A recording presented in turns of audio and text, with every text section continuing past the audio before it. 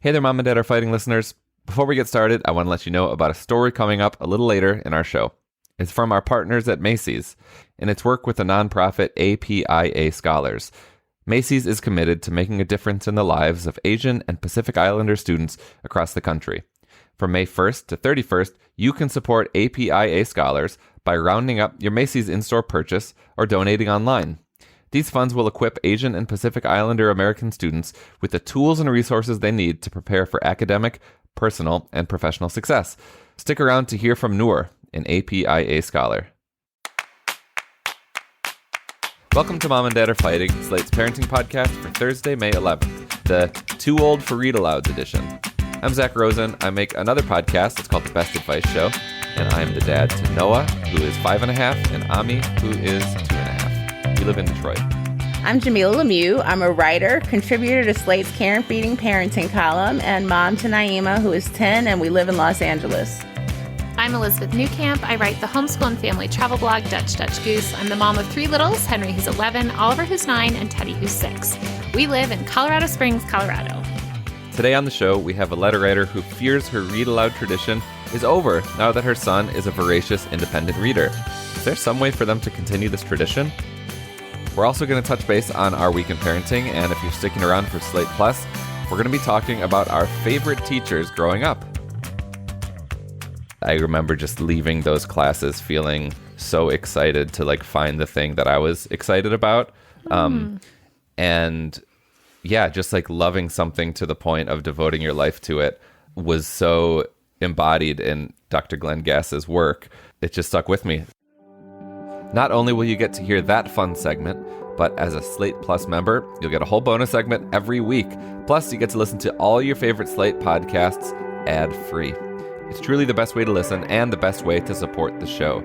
You can sign up for Slate Plus now at slate.com/momanddadplus. All right, we're going to jump into triumphs and fails as soon as we get back. This episode is brought to you by KiwiCo. You guys know I love a good family moment, like my parents playing a trivia game with us and us all kind of laughing around the table, and I'm constantly chasing that feeling with my own family. We have found that with KiwiCo. So each month, KiwiCo delivers a crate packed with fun. It sparks creativity with kid-friendly topics and activities. Henry's last crate, he built a LED speaker box. So he did most of the work, actually. He loves doing the engineering and tinkering kind of on his own. He plugged this in to one of our iPhones and we turned down the lights and it played music, plus putting little lasers up on the ceiling. We had a great time. You guys, literally, as soon as the project comes, the kids cannot wait to get started. Redefine learning with play. Explore hands-on projects that build creative confidence and problem-solving skills with KiwiCo. Get 50% off your first month plus free shipping on any crate line at kiwico.com/momanddad. That's 50% off your first month at kiwico.com/momanddad. This episode is brought to you by KiwiCo. You guys know I love a good family moment, like my parents playing a trivia game with us and us all kind of laughing around the table, and I'm constantly chasing that feeling with my own family. We have found that with KiwiCo. So each month, KiwiCo delivers a crate packed with fun. It sparks creativity with kid-friendly topics and activities. Henry's last crate, he built a LED speaker box. So he did most of the work, actually. He loves doing the engineering and tinkering kind of on his own. He plugged this in to one of our iPhones and we turned down the lights and it played music, plus putting little lasers up on the ceiling. We had a great time. You guys, literally, as soon as the project comes, the kids cannot wait to get started. Redefine learning with play. Explore hands-on projects that build creative confidence and problem-solving skills with KiwiCo. Get 50% off your first month plus free shipping on any crate line at kiwico.com/momanddad. That's 50% off your first month at kiwico.com/momanddad. Jamilah, what's going on with you? All right, so this is a preemptive triumph. I'm claiming it now. I'll be able to confirm after next weekend. But Mother's Day is always kind of a challenging thing for me. You know, there have been years where my mother was in town and we've been able to go eat with her. But usually, you know, like single mom on Mother's Day, it's kind of like the responsibility of this day falls on me. And so even though it's supposed to be my day, I have to come up with some sort of activity and pay for it. You know, what can we do that'll make this a nice day besides just going out to eat? And then I hate going out to eat and seeing all the bigger families. You know, it's kind of a bummer. And so this year I found out about a pop-up Barbie museum. Oh my gosh. As soon as I saw they had appointments available for Mother's Day, I was like, oh, this is perfect. Naima and I have matching outfits. We haven't had matching outfits in a while. We have some matching shoes, but we haven't, you know, matching outfits was our thing when she was younger. My mom sent her this cute little short set, and I just happened to be in TJ Maxx, and I saw one that was very similar in my size, was the only one, and it was my size. I was like, okay, this is a sign I have to get this. And so we're going to go to World of Barbie on Mother's Day, and I'm really excited about it. Oh my gosh. Will you Cute. send photos? If you don't post them on Instagram, will you at least send me some? Yes. We'll have to get pictures. I need this in my life. I feel like, too, we should give a backstory for anyone that, like, hasn't been listening forever. Like, Barbies are a big part of, like, how you and Naima have played. Yes. And she's still into them, not as much as she was. Like, she told me, I think she's like, I don't know if I want to play with them with my friends anymore, but I still want to play with them with you. Oh. my gosh. That's really sweet. Is it safe to say that like you are just as excited about this as Naima? I am. I'm very excited. I was a Barbie girl growing up. I had lots of Barbies. Yeah, so this should be fun for us. This is a question for both of you. For your ideal Mother's Days, would you rather have your kids plan something that they think you would like, or do what you did, Jamilah, where you took the reins and made something happen for yourself? It would be nice if Naima was capable of like planning something out, you know. And I'm sure if I really wanted that, I could talk, you know, she could talk to her dad and figure out something. But I kind of like picking out our activities, finding something we'll both like. Mm-hmm. No, that sounds great. I largely want to be left alone. Is that an option? It is. I think we talked about this last year. No, you have to ask for it. I know. No, so Jeff, we are going to be on an airplane for Mother's Day, right. which is the worst possible way. No I mean, going on a trip is great. But Jeff did book a nice day at the spa for me that I've already gone to. Oh, that's sweet. Nice. And came home early from work and gave me kind of a whole half day off to go do whatever I wanted, plus this massage and facial, which was like so lovely. It was just lovely. It was like he was like, stay and sit in the silent room as long as you want. And that is exactly what I did. And it was great. That sounds great. Not that I don't love my children. Of course. You don't have to clarify that. That's evident every week. Well, that's a triumph in itself. Yeah. What else have you got going on? Part of the other Mother's Day thing I wanted to do was to get family photos done here in Colorado before we go. And so often I'm the one taking the photos of the kids and photos on trips. And I do just like to have little memories of the places we've been. And one of my dear friends in the neighborhood here is a amazing photographer. And so she was able to kind of squeeze me into her otherwise very busy schedule to get family photos. At the Air Force Academy, Jeff really wanted a place where we could get some airplanes in the back, but also like mountains and kind of Colorado things. And there's this field at the airfield there where we were able to do that, which was great. With the family photos, like everyone has an opinion on who they want to stand by. And it's like very important. You know, if someone was asked to sit in my lap, then someone else was upset about that. And Henry was like, didn't want to hold hands with dad. Like we just had all these little issues, but we were getting some nice photos. And the kids started playing around and they were so cute. Like Henry was boosting Teddy up on his shoulders and like up on a piggyback, and they were running around, super cute. And then Teddy he like slips going backwards and puts his hand down into a cactus. And so starts screaming. Like Teddy is like so tough. We never hear him screaming. Henry tries to like help the situation. They both end up kind of falling into this cactus. Oh my God. We run up, and this is the kind of cactus, not like a saguaro cactus, but like the kind that leave these like hairs in your skin. You have to like take tape and try to pull them out. It was a total nightmare. It was an absolute total nightmare. Jeez. We're not done with photos, so we kind of put him naked in the car because we had gotten him all like whatever. The car has a TV in it. We like turned on the car, turned on a movie. We're just like, sit here till we can get you home. Went back. Jeff and I took a couple, which seems terrible, but like we were there, we were dressed up. It was like, we better take advantage of this. Unbelievably, she just sent me proofs this morning, and like the pictures look great. Like, because we were this was about halfway through the time we were planning to spend there, so she only had about half the time to take the photos. We got great photos. I thought Teddy would be traumatized, but after he got back home, we like put him in the bath, finished taking this stuff out. He's like laughing about it now, thank goodness.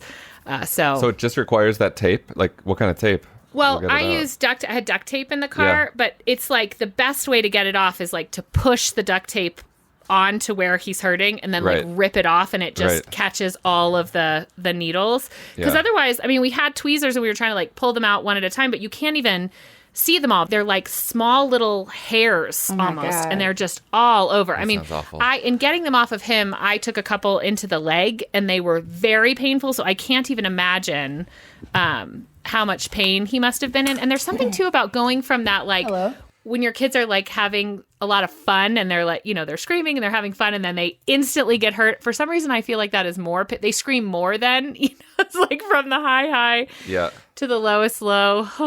But it felt very like, oh yes, of course, one of my children falls into a cactus. Yeah. And the photographer Melanie, who is just the sweetest, when she sent me the pictures to look at, she made the password to her little portal cactus. So I was like, okay, good. We can all like laugh about this now. Yeah. I have a twofer. I have like peak dad pride, and then I guess shame right after it. This story starts, I suppose, last fall, when I took off one of Noah's training wheels, because I read that if you just use one training wheel on your bicycle, that's a good pathway to, learning how to ride on two wheels. So we were doing that last fall, and then we maybe had a couple trials then of no training wheel at all. Didn't quite work. She wasn't quite ready. That's fine. And then starting in the last couple of weeks, she got determined again to try to ride on two wheels, and we've just been going to the park near our house, and I've been doing I feel like it's one of the most uncomfortable parent moves. It's like the running, like you're crouched over holding the back of the seat and running at the same time. Do you know what I mean? Mm-hmm. It's just terribly uncomfortable, but you have to do it. And so little by little, Noah has been figuring it out. And then finally this past week, she got it. She started riding on two wheels, and it was very fun. She was very, very excited. Obviously, this is a very big deal. I was trying to take videos while doing this. There was like the one where she really got it. You can hear her. I think I'm gonna let you let go now, Dad. This is the moment. This is the moment. This is the moment. You're riding a bicycle. Yes. Keep going. Yes. This is the moment. It's definitely the moment. Great job. Off to do it again. She's riding down the street without me holding on, so it was very sweet. Oh. It just so happened that a kid from her school, his dad was at the park with this kid's older sibling, so it's like an 8-year-old and the dad, and they saw this whole thing. They saw Noah like take her first really long ride, and then the dad says to me, he's like, "Oh my God, that's so great! Like my kid hasn't learned yet," and this kid Noah knows is a year older than her. And then I relay that to Noah because she didn't hear him say that. And I'm so not proud of it. But like I told her this, and she and I both just like laughed with like, oh, like ha ha ha ha ha. Just like this evil, like we beat him, we learned how to ride before this older boy. And it was like I couldn't even like stop myself from trying to be like classy about it. Like, everyone learns at their own pace, but we were both just like chuckling like little school kids. And I'm not proud of it, but it felt like a very kind of like primal thing where we were both like, victory. Yeah. So I'm ashamed but it was funny. So don't tell the kid that we were laughing that he doesn't know how to ride a bike yet. Well, did you tell Noah to not laugh at the kid? Well, I couldn't tell her that because I was laughing too. But then you weren't like, hey, when you go to school today, make sure you don't. Oh, yes. I think after we kind of collected ourselves, it was like I did say the thing like, everyone learns on their own time, but it was too late. I think that it was, I can tell her whatever I want. She sees me laughing along with her. That's the lesson. So I'm gonna have to do some work on that end. We've all been there. Well, on that note, we are going to take another quick break. See you back here for our listener question. This podcast is brought to you by Slate Studios and Macy's. Hey, y'all, what's up? It's your girl, Anavani. I'm a writer, creator, and a change maker. And when you're a young adult, so much important change begins with access to higher education and resources. And that's why Macy supports APIA Scholars. It's a nonprofit devoted to the academic, personal, and professional success of Asian and Pacific Islander Americans. And it's on a mission to support young adults like Noor. My name is Noor Ali, and I am an APIA scholar. The way that I grew up, I was a low-income first-generation college student. APIA Scholars played such a big part of my undergraduate career. The scholarship actually gave a really good boost to my savings and just made me not worried about any unexpected costs like my laptop breaking or me needing a new textbook. I've been able to get a mentor through the APIA Scholarship Mentorship Program who has been guiding me through graduate applications. My goal is to pursue a doctorate in clinical psychology with a focus on mental health for Asian Americans and other underserved communities. When you round up your Macy's purchase, you're not just supporting APIA Scholars, but you're supporting the Asian American community. Now's the time to support APIA Scholars like Noor. This May, Asian American Pacific Islander Heritage Month. When you round up your purchase at Macy's or donate online, you'll help fund access to leadership development programs, mental health support, and peer mentorships through APIA Scholars. Give back and learn more at macys.com/purpose. Hey everybody, it's Tim Heidecker. You know me, Tim and Eric, Bridesmaids, and Fantastic Four. I'd like to personally invite you to listen to Office Hours Live with me and my co-hosts, DJ Doug Pound. Hello. And Vic Berger. Howdy. Every week we bring you laughs, fun, games, and lots of other surprises. It's live. We take your Zoom calls. Music. We love having fun. Excuse me? Songs. Vic said something. Songs. Music. I like having fun. I like to laugh. I like to meet people who can make me laugh. Please subscribe now. All right, let's get into our first listener question. Dear Mom and Dad, read-alouds were one of my favorite parts of parenting. My son and I have read countless picture, chapter, and middle grade books together. Recently, my 9.5-year-old has decided he doesn't want to read with me anymore, and I'm feeling super sad about it, even though I'm beyond proud and elated he's become such a voracious, independent reader. Any advice? Will the pendulum swing back again, or is this it? Signed, page-turning parent. What say you, Elizabeth Newcamp? I completely feel this letter. I love read aloud time. I love it so much that I have centered our whole homeschool around being able to read together. But I will say it does wax and wane with different kids and what they're doing. And I think the big thing I can say is continue to keep some reading together time, even if it's not out loud. So if he wants to read independently and you can sit and read at the same time, I think that will keep that same feeling. Henry went through a period where he was too cool for read alouds. But if I read aloud, to the other two while he was playing Legos or something, he would often kind of find his way over.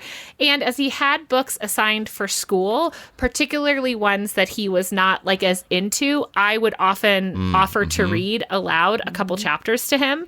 So this is something he has to get done, and I'm making it a little easier and still getting to do the read aloud, and really found that brought us back into that read aloud.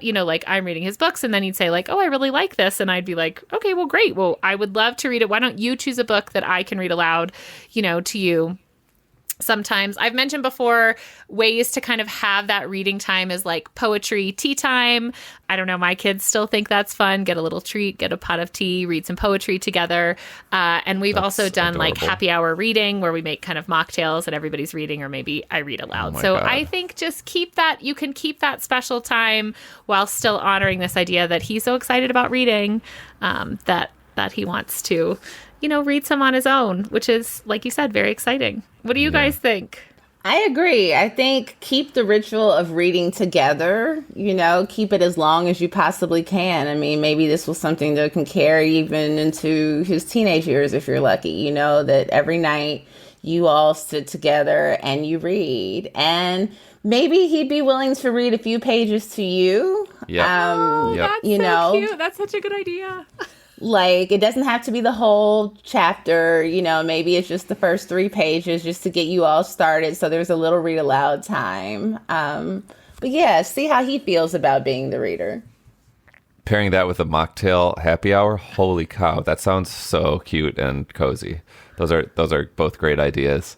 And I know there's nothing like reading aloud, like it's a singular experience. But if you can think about what might be similar, something that he might be into doing aloud, like maybe he is, I don't know, maybe he's into like comedy or storytelling. Like maybe you could cultivate some spaces in the house where it's like, Monday night, like everyone has like 5 minutes. Jamilah, you might appreciate this. Everyone has like 5 minutes to like tell me like a funny story about your week, something where there's still, an exchange. You don't want to like force them to come back to read aloud time, but like figure out what your kid is also interested in addition to reading, and see, maybe it's video games. Maybe like, okay, you pivot to just like something in their world where they will allow you to, kind of be in their intimate space with them.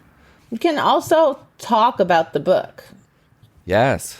Like you can do some reading and then before you wrap up, ask him to summarize what he's read thus far. Or on that note, I was just thinking, read the same book. Like, have him pick the book and you guys are both reading the same book. And that might stir some discussion, too. I did want to recommend, there's 2 wonderful resources. One is the Read Aloud Revival. She has a podcast and a blog, and she's got lots of fun ideas. I think both Poetry Tea Time and the Happy Hour things are things I've picked up from her or her reading. Lots of great ideas on how to just make reading fun.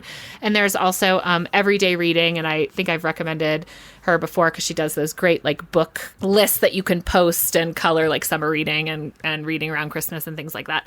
But both of them have other ideas too, and they're always posting good books to read aloud. Another thing is that I often try to read a book that is just above Henry's reading level, like that he might struggle to read and read that aloud, because that also is like he can be into this really good story, but is not something he would necessarily want to tackle on his own. Well, Page Turning Parent, thank you for writing in. Do you have something to say about parenting or reading aloud together? We want to hear it. Send your thoughts, advice, or questions to momandDad@slate.com or leave a voicemail at 646-357-9318. We may feature your message on a future episode. And that's our show. Please subscribe to it, leave a rating and a review, and tell your friends. That helps us grow our little community. This episode of Mom and Dad Are Fighting is produced by Rosemary, Belson, and Maura, Currie. Alicia Montgomery is VP of Slate Audio. For Elizabeth Newcamp and Jamilah Lemieux, I'm Zak Rosen. Thanks for listening.